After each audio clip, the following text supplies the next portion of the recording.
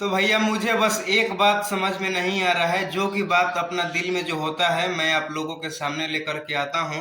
मैं आप लोगों से पूछना चाहता हूँ कि कुछ यूट्यूबर हो जाते हैं, अपने आप को बहुत बड़ा लेवल का पत्रकार समझने लगते हैं, शुभांकर मिश्रा से अपने आप को कंपेयर करने लग जाते हैं।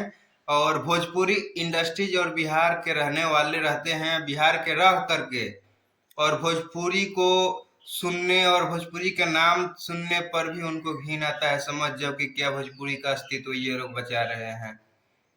भोजपुरी के कलाकार जो हैं उनका नाम लेने पर भी इनको घिन आता है, जो कि वही भोजपुरी के कलाकार के पास जाकर के ये पत्रकार इंटरव्यू करता है। तो ये चीज है, मैं आप लोगों को बता रहा हूं, आप लोग बोलेंगे कि क्या मैं सही बोल रहा हूं कि या गलत बोल रहा हूं।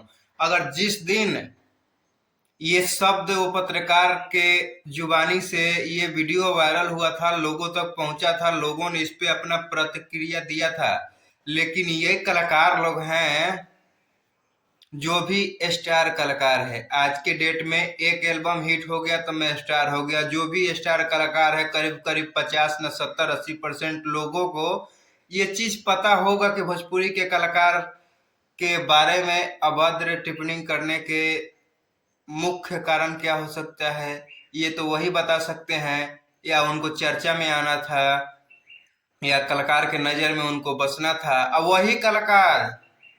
वही कलाकार उस इंसान को फोन करके बुलाता है और बुला करके इंटरव्यू देता है।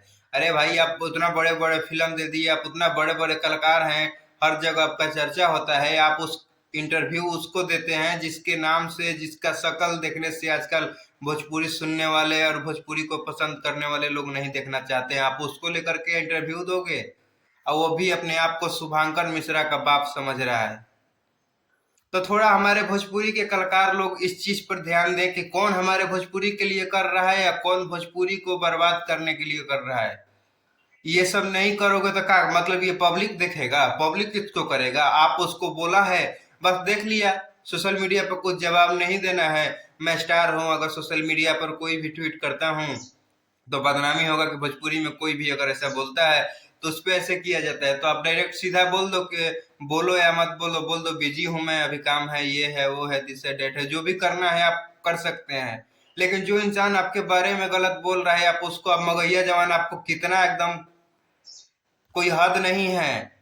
लेकिन अब हमको तो लगता है कि मगैया जवान आपके पास भी आ जाएगा तो आप लोग इंटरव्यू देने के लिए तैयार हो जाएंगे।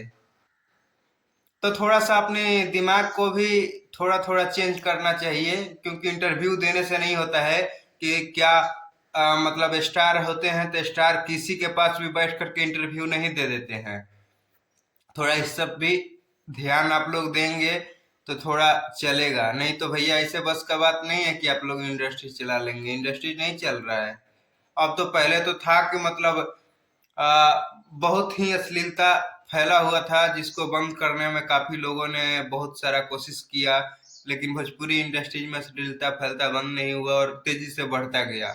बीच में बंद हो गया था थोड़ा बहुत दिन के लिए, लेकिन उसके बाद फिर से बढ़ता गया। अभी फिलहाल में 2-3 महीना में मैं बता दूं कि मतलब जो भी अपने शरीर के अंग में अपना जो भी सामान है, जो भी नाम है, उस चीज नाम को अपने गाने में रख करके और खुलेआम उसको लड़का और लड़की दोनों उसको वर्जन को गा रहे हैं, बता रहे हैं।